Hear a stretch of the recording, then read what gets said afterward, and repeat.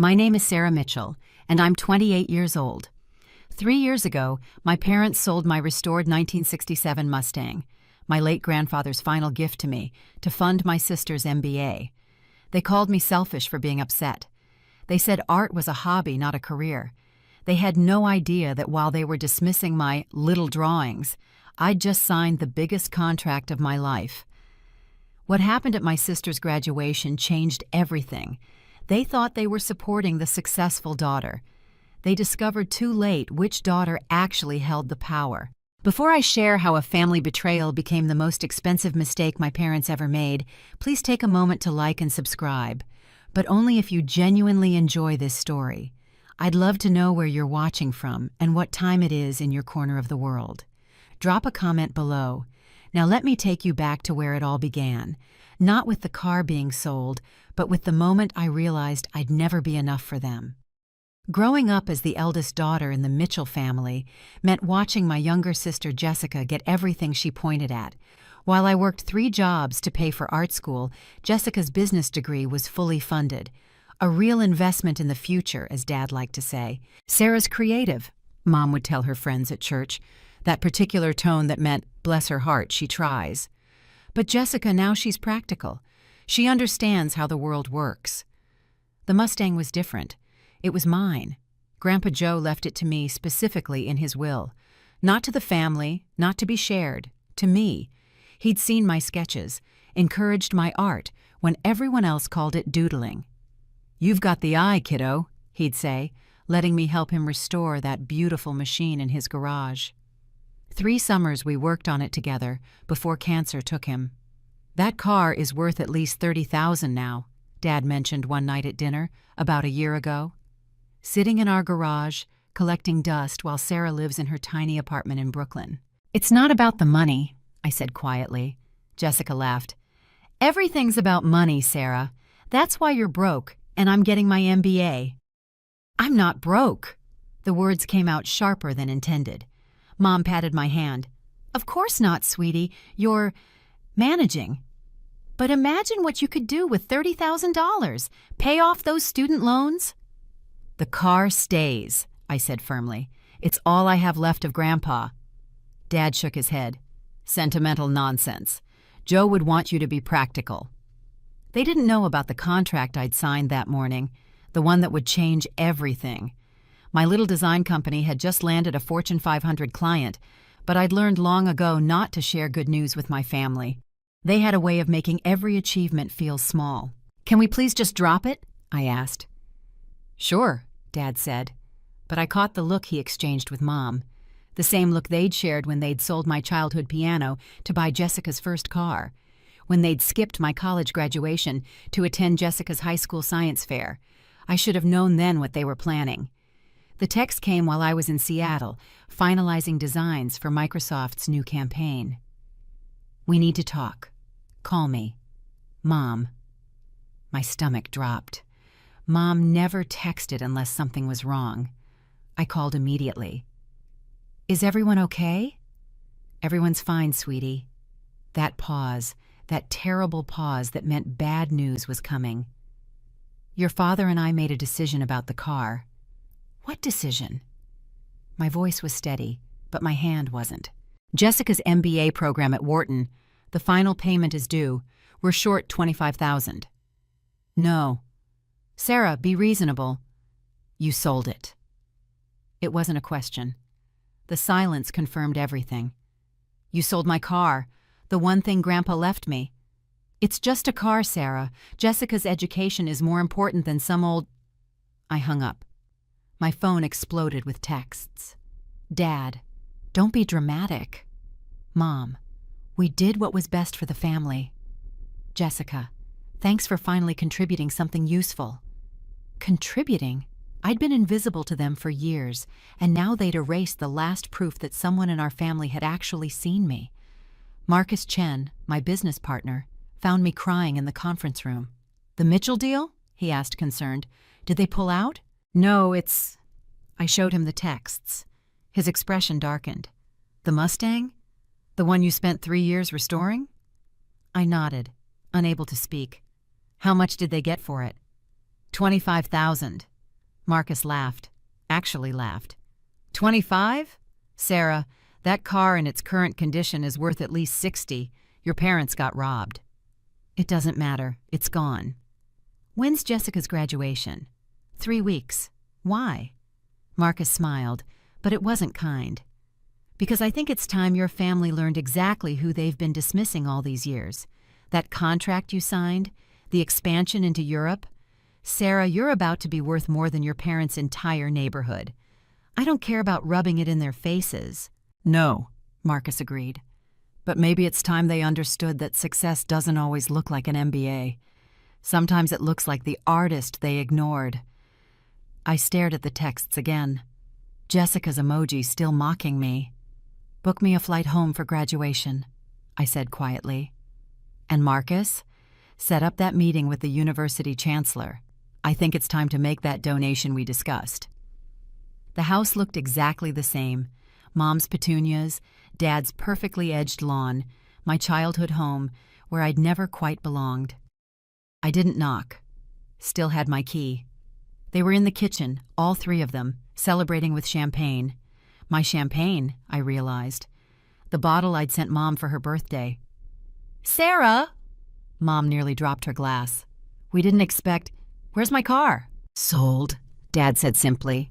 3 days ago. To who? Does it matter? Jessica stood, designer dress pristine. It's done. That was mine. Technically, it was in Dad's name. Jessica smirked. For insurance purposes, remember? My hands clenched. Grandpa left it to me. Verbally, Dad said. Nothing legal. You knew what it meant to me. Meant? Mom's voice pitched high. Sarah, you visit it twice a year. Because I live in New York. Because I'm building something. Building what? Dad laughed. Pictures? Logos? A company. Right. Jessica rolled her eyes. Your company of 2 people in a shared workspace. 3 people, I corrected. We just hired our 20th employee. Silence. Whatever, Jessica recovered. The point is, the money's already wired to Wharton. It's done. Fine. They all stared. Fine, Mom echoed. You made your choice. You chose Jessica, like always.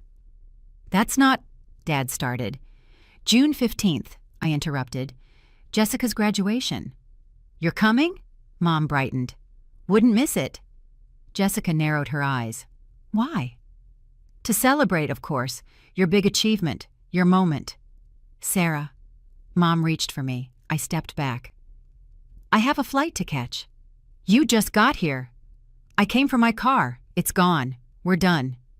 Don't be so dramatic, Dad called as I headed for the door. I turned. See you at graduation. All of you. Front row, right? Of course, Mom said proudly. We'll be right there. Perfect, I smiled. So will I. Back in New York, I sat in Marcus's office while he reviewed the contracts. The university donation is confirmed, he said. $5 million for the new business school wing. Make it specifically for the arts and entrepreneurship program. Marcus raised an eyebrow. Not pure business? No, for students who don't fit the traditional mold. Like you? Like me. I signed where he indicated. And the announcement? Chancellor Williams wants to do it at graduation. Says it's the perfect venue, major donors, press coverage, the works. Jessica's graduation. Poetic justice? Marcus grinned. Just truth. I paused. Did you set up the other meeting? Tomorrow, 2 p.m. Richard Brennan from the Collectors Society. Richard Brennan, the man who'd bought my Mustang. Marcus had tracked him down in 12 hours. He doesn't know why I want to meet? Just that you're interested in his recent acquisition. My phone buzzed. Email from Chancellor Williams. Dear Ms. Mitchell, we're honored to have you as our keynote speaker. Keynote speaker at Jessica's graduation. You didn't, I looked at Marcus. I mentioned your company's success, your innovative approach to design, your journey from art student to CEO. He shrugged. The Chancellor insisted. My parents don't know about any of this. About your success? Sarah, you were featured in Forbes last month. They don't read Forbes. They read the local paper and Jessica's Facebook updates. Well, Marcus pulled up another document. They're about to get an education. The contract was from Steinberg Industries. The expansion deal. $40 million valuation. When does this go public? June 15th. Graduation day. Coincidence, Marcus said innocently. I thought about the champagne they'd been drinking. My champagne. Celebrating selling my inheritance. Marcus, I need one more favor. Name it. That scholarship fund we discussed, make it specifically for students whose families don't believe in their dreams. The Sarah Mitchell Foundation? No, I said firmly. The Joseph Mitchell Memorial Fund. After my grandfather. The only one who believed. 2 weeks before graduation, I met Richard Brennan at a Manhattan coffee shop. He was younger than expected, maybe 40, with kind eyes. Ms. Mitchell, he stood immediately. I have to say, I'm surprised by your call. You bought a 1967 Mustang recently, candy apple red, from Robert Mitchell. His face changed. You're his daughter, the one who restored it. How did you? Your father mentioned it. Said you'd moved on, didn't need it anymore. My chest tightened. He said that? Look, Ms. Mitchell, Sarah, I collect cars, but I'm not in the business of taking someone's inheritance. It's yours now. You paid for it. I paid $25,000, Richard said quietly. We both know it's worth more than double that. Your father was desperate, and I took advantage. He told you he was desperate? Said his daughter needed the money for school, that you'd asked them to sell it. The lie hurt more than the sale. I didn't ask. I didn't even know. Richard pulled out his phone, showed me photos. My Mustang gleaming in his garage. You did incredible work. Every detail perfect. This was a labor of love. 3 years of weekends. I'll sell it back to you. Same price I paid. No? He blinked. No? I want to make a different deal. I pulled out my tablet, showed him the proposal. I'm establishing a vintage car museum. Educational programs for kids who can't afford shop class. I want the Mustang to be the centerpiece. You're donating it? It was never about owning it. It was about what it represented. My grandfather teaching me that patience and skill matter more than quick success. Richard studied the proposal. This is a $20 million project. Yes. You have that kind of money? I do now. He laughed, surprised. Your father said you were struggling, said you were too proud to admit your art career failed. My father says a lot of things. I stood. Think about it. The museum opens next year, with or without the Mustang, but it belongs there. Richard stood too. I'll do it, but I want to be involved. This kind of program, it matters. We shook hands. Will you be at the Wharton graduation? He asked suddenly. Why? I'm on the board. We're announcing some changes to the scholarship program. My smile was genuine for the first time in weeks. I wouldn't miss it. The morning of graduation, I stood backstage at Wharton's Annenberg Center, watching the seats fill. The Mitchell family had claimed their spots, front row center, just as Mom had promised. She wore her best dress, the one she saved for special occasions. Dad kept checking his phone, probably tracking stocks. Jessica was with her classmates, rehearsing her valedictorian speech. Nervous? Chancellor Williams appeared beside me. No. Ready. Your parents don't know? They're about to. Through the curtain gap, I watched them. Mom was telling the couple beside her about Jessica's achievements. I caught fragments. Top of her class, multiple job offers, always knew she'd make something of herself. Unlike your other daughter? The woman asked politely. Mom's laugh carried. Sarah's an artist. Sweet girl, but not practical. Still finding herself at 28. Finding myself, I murmured. Marcus texted. Forbes article just went live. Check your email. The headline, Mitchell Designs valued at $40 million after European expansion. 5 minutes, the stage manager called. I watched Dad point out Jessica to someone. That's our daughter, the one in the honors cords. You must be so proud. We invested everything in her education, Dad said.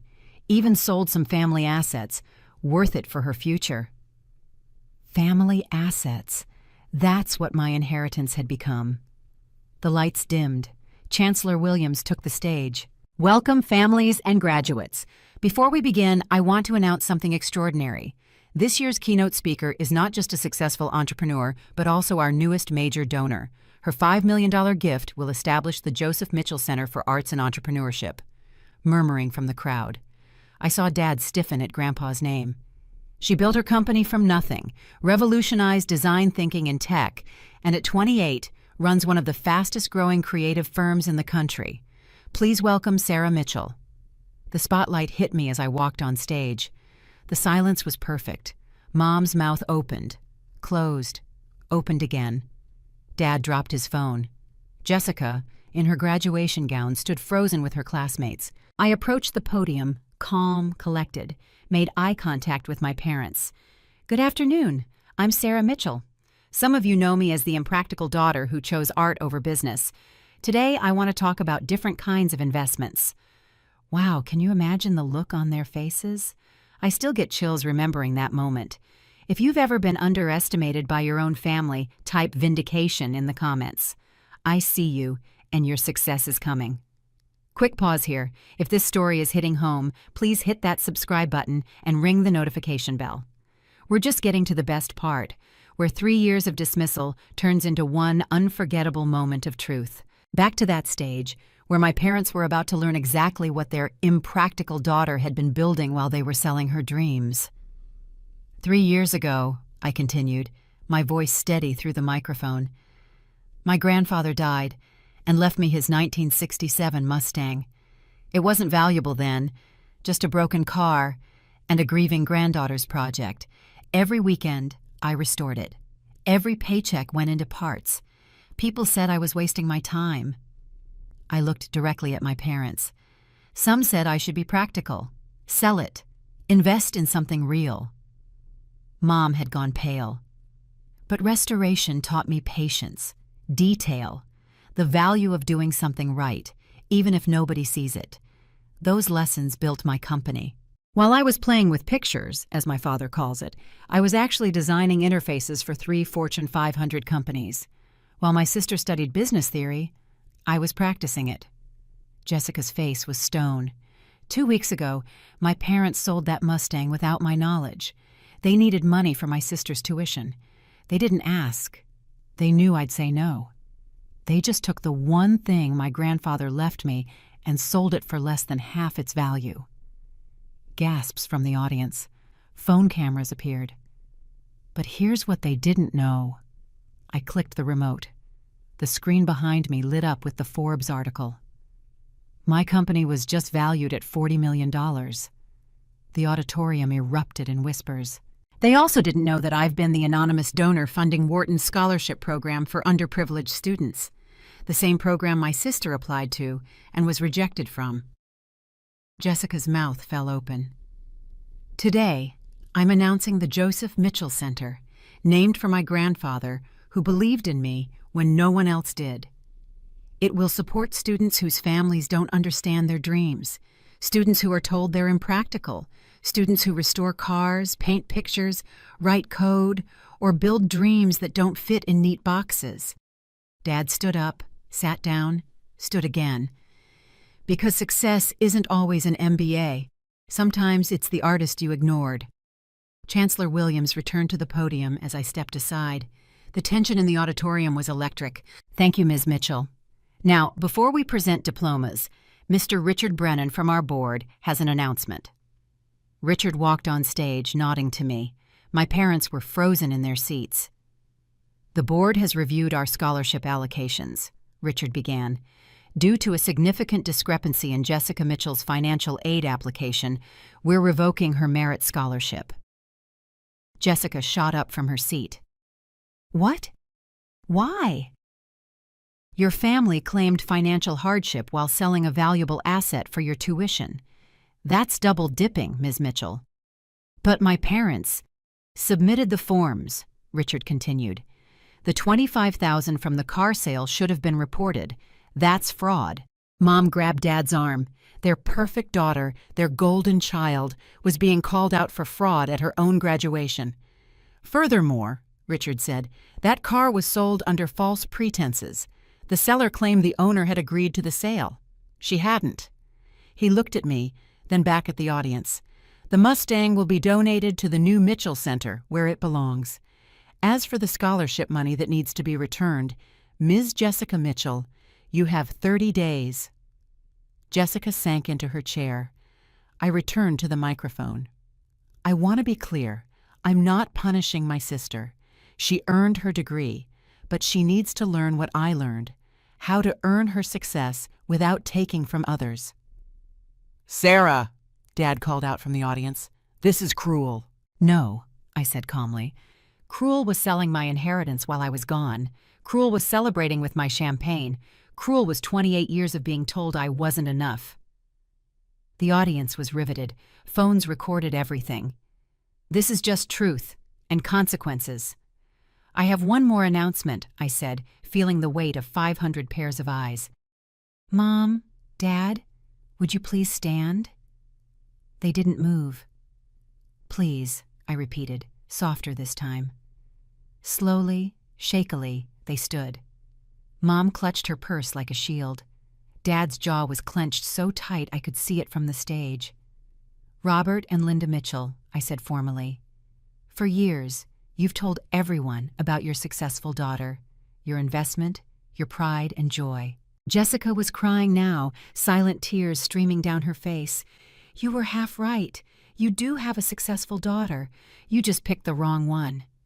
Sarah, please, Mom's voice cracked, carrying across the silent auditorium. 3 months ago, you both came to me. You wanted to invest in a sure thing, a real estate development in Jersey. You needed a partner with capital, someone with $50,000 to match your 50. Dad's face went white. He knew where this was going. I told you I'd think about it. You said I probably couldn't afford it anyway, that maybe when I grew up and got a real job, we could be partners. I clicked the remote. A photo appeared, the development site. That development broke ground yesterday without you, because while you were stealing my car to pay for Jessica's degree, I was buying the entire property. Solo. Gasps rippled through the crowd. The projected return is $3 million. That could have been yours, but you chose to steal from me instead of believing in me. We didn't steal, Dad started. You sold my property without permission. That's theft. Ask any of these business students. Nervous laughter from Jessica's classmates. But here's the thing, I continued. I'm not like you. I don't punish family for sport, so I'm making you an offer. They waited, frozen. Apologize, publicly, right now. Admit what you did was wrong. Admit you've treated me as less than my entire life. Do that, and I'll give you one more chance to invest, not in real estate, in family, in treating both your daughters equally. The auditorium held its breath. Dad's pride warred with his greed. I could see it on his face. Mom looked between him and me, calculating. We're sorry, Mom finally whispered. Louder. We're sorry, she repeated, voice breaking. We sold your car. We shouldn't have. And? Dad struggled. We haven't been fair to you. We treated Jessica better, Mom admitted. We were wrong. Jessica stood suddenly. I'm sorry too, Sarah. I knew it was wrong. I pushed them to do it. The first honest thing she'd said in years. Apology accepted, I said simply, but trust is earned and respect is non-negotiable going forward. Now, I said, turning back to the audience, let me tell you about second chances. The screen behind me changed to a photo of Grandpa Joe and 8-year-old me, covered in grease, grinning beside the Mustang's engine. My grandfather was a mechanic, never went to college. My parents were embarrassed by him, the working-class father who got his hands dirty. But he taught me that anything broken can be fixed if you're patient enough. I saw Mom flinch at the truth. So here's what's going to happen. Jessica, you'll graduate today. You've earned that. But the scholarship money has to be returned. I'll give you a loan, interest-free, with one condition. Jessica looked up, mascara streaking her cheeks. You work for it. Real work. Not an MBA job, something that teaches you what building something actually means. Richard Brennan has an apprenticeship program at his restoration shop. You start Monday. But I don't know anything about cars. Neither did I. You'll learn. Richard nodded from his seat on stage. 6 months, minimum wage plus commission on sales. You prove yourself, we'll discuss your future.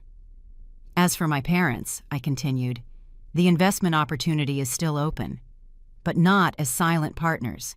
You'll work too. The development includes affordable housing for artists and creators. You'll manage it. You'll learn who these impractical people really are. Dad opened his mouth to protest, then closed it. The alternative was nothing. One more thing. I clicked the remote again. The screen showed a legal document. This is a contract. It states that you will never again make financial decisions about my assets, my life, or my future without my explicit written consent. You'll sign it before you leave today, or we're done. Permanently. The crowd was mesmerized. This wasn't just a graduation. It was a reckoning. Chancellor Williams stepped forward. I think this is a perfect example of what we teach here at Wharton, that actions have consequences and integrity matters more than profit. He turned to the graduates. Let this be your final lesson. Success isn't just about what you achieve. It's about how you achieve it. The parents in the audience were whispering, some nodding, others looking uncomfortable. They were seeing themselves in my parents, wondering if they'd made similar mistakes. "Sarah," Jessica called out, "why help us at all? After everything?" I looked at my family, broken, humbled, but still mine. Because Grandpa Joe believed in fixing things, not throwing them away. Even when they disappoint you, even when they hurt you, you try to fix them first. But if they refuse to be fixed, I added, looking directly at my parents, then you walk away and build something better.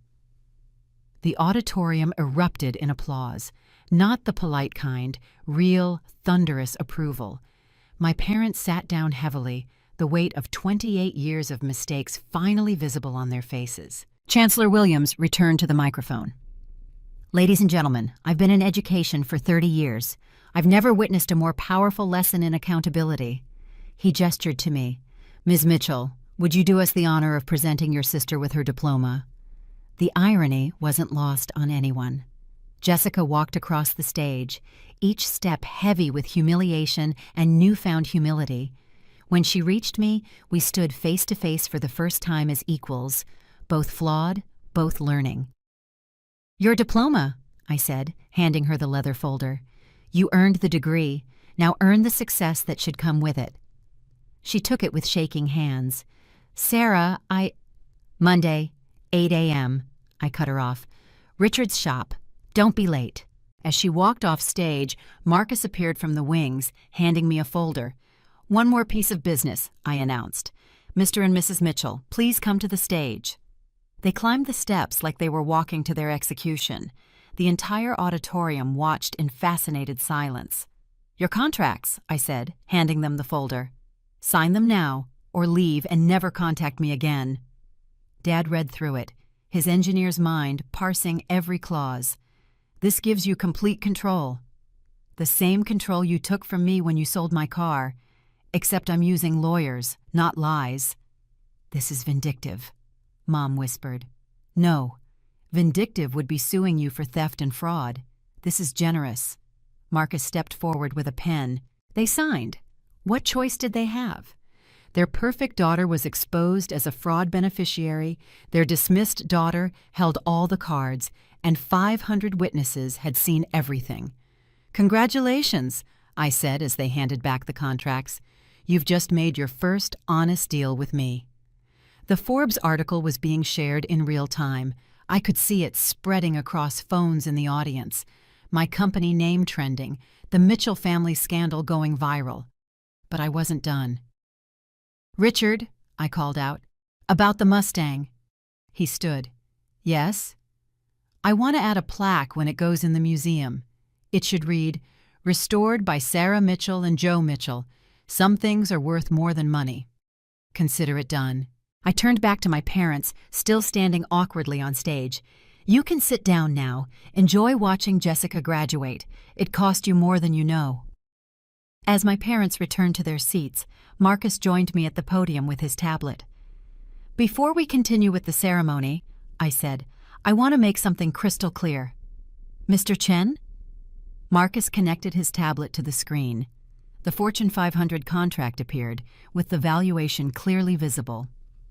$40 million, I said slowly, letting it sink in. "That's what my little pictures are worth." "Dad, you're an engineer. You appreciate numbers. That's more than you'll make in 10 lifetimes. Dad slumped in his seat.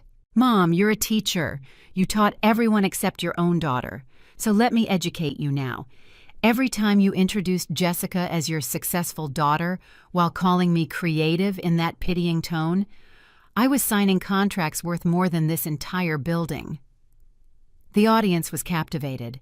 This wasn't just drama. It was a masterclass in delayed gratification.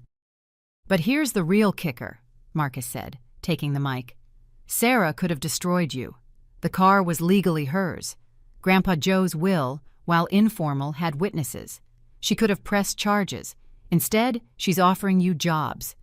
Do you understand the gift she's giving you?" "It's not a gift," I corrected. "It's a test. They failed as parents. Let's see if they can succeed as people." Chancellor Williams approached. "Ms. Mitchell, the board has one more announcement." A new slide appeared, an architectural rendering of a beautiful building. The Mitchell Center will include a restoration workshop where students can learn hands-on skills. The centerpiece will be a 1967 Mustang, donated by Richard Brennan but restored by Sarah Mitchell. It will remind every student that sometimes the things others call worthless become priceless with enough care. Jessica was sobbing now. Not the pretty tears of earlier, ugly, genuine remorse. "I'm so sorry," she called out. "Sarah, I'm so fucking sorry." The profanity echoed in the formal space. Real. Raw. "I know," I said simply. "That's why you get a second chance. 1. Use it well." The ceremony continued, but the energy had shifted. Every diploma handed out felt different now, weighted with the understanding that success could be redefined, that family could be wrong, that the dismissed could rise. As the graduates filed past, several stopped to shake my hand. One whispered, "My parents don't believe in my startup either." "Then prove them wrong," I whispered back. Quietly, completely. Then choose whether they deserve to know. The ceremony concluded with traditional pomp, but the atmosphere was electric. As families gathered for photos, I stood apart, watching my parents struggle through forced smiles with Jessica. Marcus appeared beside me. "The video's already viral, 3 million views and climbing." "What video?" He showed me his phone. Someone had live-streamed the entire confrontation. The comments were pouring in. "Best graduation ever." The sister got destroyed. This is what accountability looks like. "Let it spread," I said. "Maybe other families will think twice before dismissing their impractical children." Richard Brennan approached with an elderly woman. "Sarah, this is Dorothy Chen, the original owner of your Mustang before your grandfather bought it." Dorothy's eyes were bright with tears. "Joe would be so proud. He talked about you constantly at the shop. Said you had the gift." "What gift?" "Seeing potential where others see junk. That's why he left you the car, dear. Not as an inheritance, as a test. You passed." She handed me an envelope, yellowed with age, my name in Grandpa's handwriting. "He gave me this before he died, said to give it to you when you were ready. I think that's now." I opened it with trembling fingers. "Sweet Sarah, if you're reading this, you've learned the lesson. It was never about the car. It was about knowing your worth when everyone else doubts it. The Mustang was rusty when I got it, just like you were unsure when you started drawing. But I saw what it could become, what you could become. Your parents mean well, but they see with their fears, not their hopes. Don't hate them for it, but don't let them limit you either. Build something beautiful, kiddo. Then decide who deserves to see it. Love, Grandpa Joe." I couldn't speak. Dorothy patted my hand. "He also left you this." She pulled out a key. To his storage unit. He said you'd know when to open it. My parents approached hesitantly.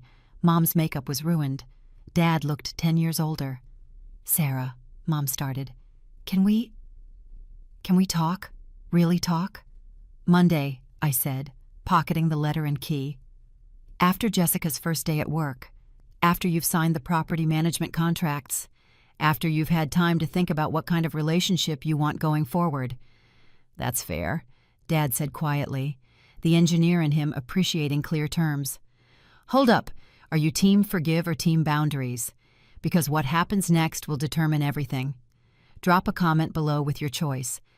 I'm curious if you'd have given them another chance or walked away forever. If this story of standing up to family expectations resonates with you, please share it with someone who needs to hear that their dreams are valid, even if their family doesn't see it yet. Hit that subscribe button if you want to hear how this all played out. Now let me tell you about what was in that storage unit.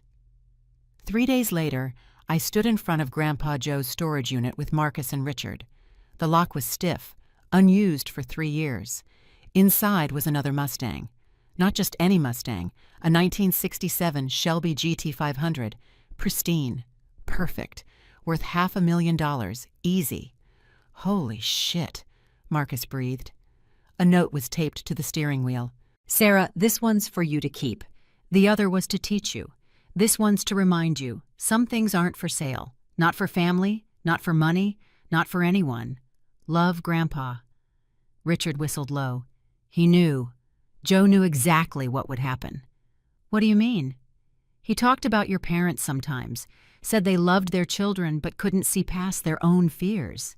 He predicted they'd try to take the regular Mustang, so he hid this one. He let them steal from me? He let you learn who they really were and who you really are. My phone rang. Jessica. Sarah? I'm at the shop. Richard has me cataloging parts. My hands are already black. Good. That won't wash off for weeks. I know. Sarah, I found something in the system. Dad sold the Mustang for $25,000, but Richard paid $60,000. Dad kept the difference. Silence stretched between us. He stole from both of us, she continued. Used my education as an excuse to pocket $35,000. Are you surprised? No, not anymore. Sarah, I want to earn this, really earn it. Not because you're forcing me, because I want to know what it feels like to build something real. Then show up tomorrow, and the day after, and keep showing up until your hands are as calloused as your ego was soft. I will. I promise. I hung up and looked at the Shelby. Grandpa had played a long game, teaching lessons from beyond the grave. What will you do with it? Richard asked. Drive it, love it, never sell it. I ran my hand along the hood. And when I have kids, teach them what Grandpa taught me, that some things are worth more than money, but you have to be worth more than your circumstances first. Marcus pulled up the Forbes article again. The comments section was exploding with similar stories. Dismissed daughters, overlooked sons, dreams devalued by the very people who should champion them. You started something, he said. No, I corrected. I finished it. Monday arrived with unusual clarity. I sat in my Manhattan office, watching the security feed from Richard's shop. Jessica arrived at 7:45 a.m., 15 minutes early. She wore jeans and a t-shirt, probably the first time she'd dressed for actual work instead of appearances. At 9 a.m., my parents arrived at the property development site in Jersey. The foreman called me immediately. Ms. Mitchell, they're here. They seem different. Different how? Humble. Your mom asked where the cleaning supplies were. Your dad's reviewing the maintenance schedules. No complaints, no demands. Keep me posted. By noon, 3 things had happened. 1, the graduation video hit 10 million views. 2, 12 major companies reached out about design contracts. 3, a letter arrived from my parents' lawyer. I opened it, expecting threats. Instead, it was a deed transfer. They were signing their house over to me. Marcus read it over my shoulder. They're giving you their house. The attached note was in Mom's handwriting. Sarah, We bought this house with money that should have been yours. Your college fund we spent on Jessica, your art contest winnings we borrowed, your grandfather's bonds we cashed. We can't undo that, but we can start making it right. The house is yours. We'll rent it from you if you'll let us. Market rate. We're not asking for forgiveness, we're acknowledging debt. Mom. I stared at the papers. This wasn't what I'd expected. My phone buzzed. A photo from Jessica, her hands covered in grease, holding a restored carburetor. The caption, "Richard says I have potential. First time anyone said that about something I actually did, not something I might do." Then a text from Dad. "The tenants here are incredible. An sculptor, 2 musicians, a programmer. They're all like you were, brilliant but dismissed. I'm starting to understand what we missed." Marcus looked at me. "They're actually trying." "Seems like it." "So what now? You have everything. The company, the money, the vindication. What's left?" I thought about Grandpa's letter, about building something beautiful and deciding who deserved to see it. Now we see if they can earn their way back. Not to where we were, that relationship is dead, but maybe to something new, something honest. And if they can't, then at least we all know where we stand. No pretense, no lies, no theft disguised as love. I signed the house papers, accepting their first real apology, not words, but actions. 6 months passed. The viral graduation video had changed everything, but not how I'd expected. Jessica had transformed. Her Instagram went from champagne brunches to restoration progress photos. Her hands stayed permanently stained with motor oil. She'd sold her designer bags to buy her own tools. Richard called her his most dedicated apprentice. "She's got it," he told me over coffee. "The patience, the eye for detail. She's actually gifted at this." Who would have thought the MBA student would find herself under a car hood? She found herself being useful for the first time. That changes people. My parents had become model property managers. Dad's engineering background made him excellent at maintenance. Mom started an after-school program for the tenants' kids, teaching art appreciation, something she'd never done for me. The Forbes article had led to $60 million in new contracts. Mitchell Designs now employed 200 people, all creative misfits who'd been told their dreams weren't practical. But the real change came from the thousands of emails I received. Stories of family betrayal, of dreams dismissed, of inheritance stolen. I'd accidentally become the poster child for professional revenge. That's when I decided to write the book. Restored, When Family Fails You, Build Your Own Success. The publisher wanted drama, dirt, family secrets exposed. I gave them something else, a guide to setting boundaries, building worth, and choosing when to offer second chances. The book tour started at Wharton, full circle. My family attended. They sat in the middle row, not front, not back. They'd learned their place. During the Q&A, someone asked, "Do you forgive them?" I looked at my parents, at Jessica. They waited, not expecting anything. Forgiveness isn't binary. I forgive the people they're becoming. I can't forgive who they were. That's their burden to carry. But you gave them jobs, opportunities. I gave them consequences with room for growth. There's a difference between punishment and accountability. Jessica raised her hand. First time she'd ever asked permission to speak in my presence. "Yes?"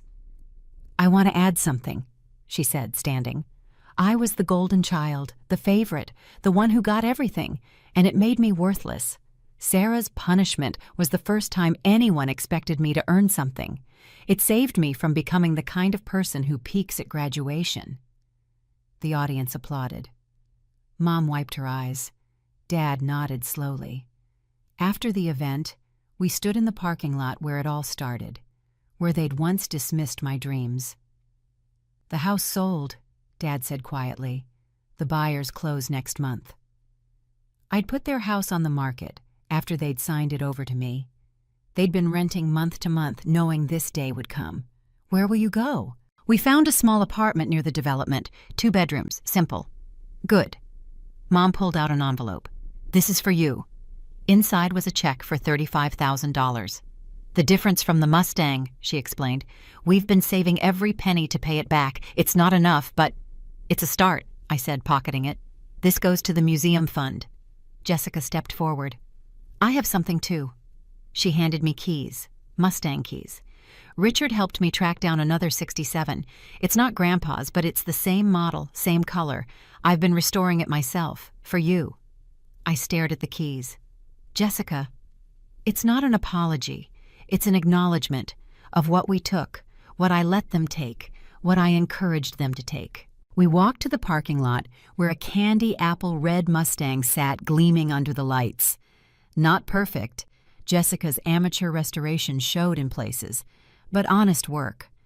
"I'm keeping the Shelby," I said, "but this is something. It's yours, free and clear. The title's in your name only." I ran my hand along the hood, feeling the imperfections, the trying, the effort to make things right. "You know what Grandpa would say?" I asked. They waited. "He'd say the car doesn't matter. It's what you learned fixing it." Jessica laughed, short and sharp. "I learned that I've been useless my entire life, that everything I had was stolen from you, that my MBA means nothing compared to these." She held up her scarred, permanently stained hands.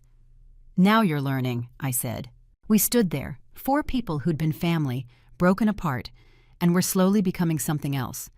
Not what we were. That was gone forever. But maybe something more honest. "The company's going public next year," I announced. "Estimated valuation, $200 million. They stared. "I'm setting aside shares for both of you. Not gifts. You'll buy them with sweat equity.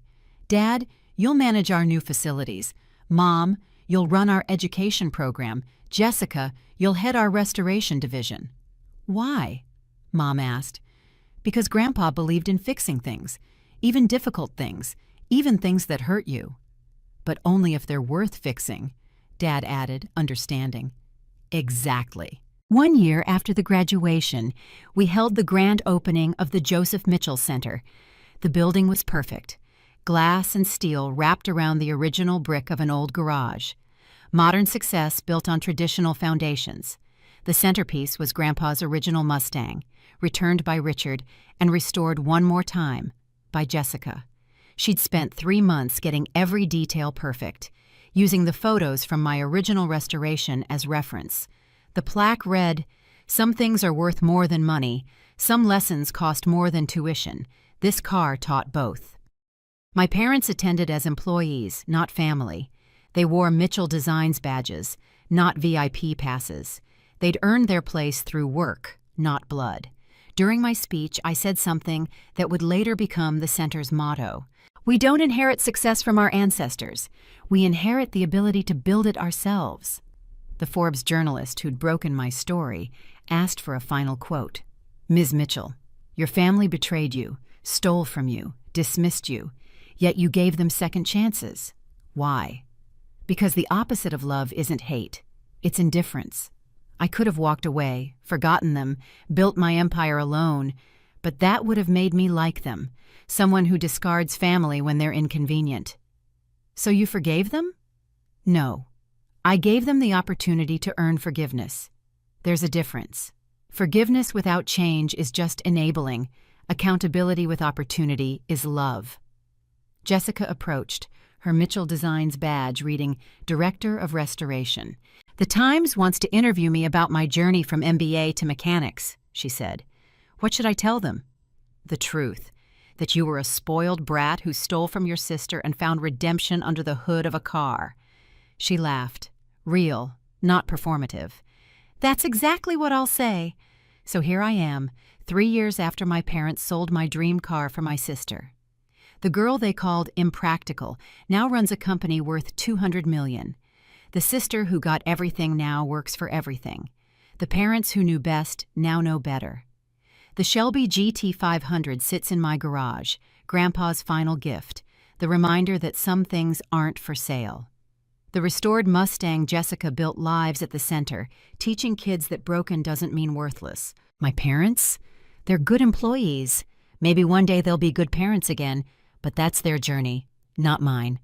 Jessica sent me a photo yesterday, her hands still stained with oil, holding her first paycheck from a restoration she completed solo. The caption, "First money I've actually earned." I replied, "Now you understand." The lesson Grandpa taught me wasn't about cars or money or even family. It was about worth, not the kind others assign to you, but the kind you build yourself, one patient restoration at a time. If your family has ever made you feel less than, dismissed your dreams, or stolen your inheritance, literal or emotional, know this. Your worth isn't determined by their recognition. Your success doesn't require their approval. And your boundaries aren't cruel. They're necessary. Build something beautiful. Then decide who deserves to see it. That's what Grandpa Joe would say. That's what I'm saying to you now. Your dreams are valid. Your anger is justified. Your boundaries are healthy. And sometimes, the best revenge isn't revenge at all. It's massive success achieved so quietly that when you finally reveal it, the only thing left to do is offer them a job. Trust me. I know. So I need to know, are you team forgiveness or team boundaries? Because both can coexist, but you have to choose which comes first. Drop a comment below with your choice and tell me why. If this story resonated with you, please share it with someone who needs to hear that their impractical dreams are valid.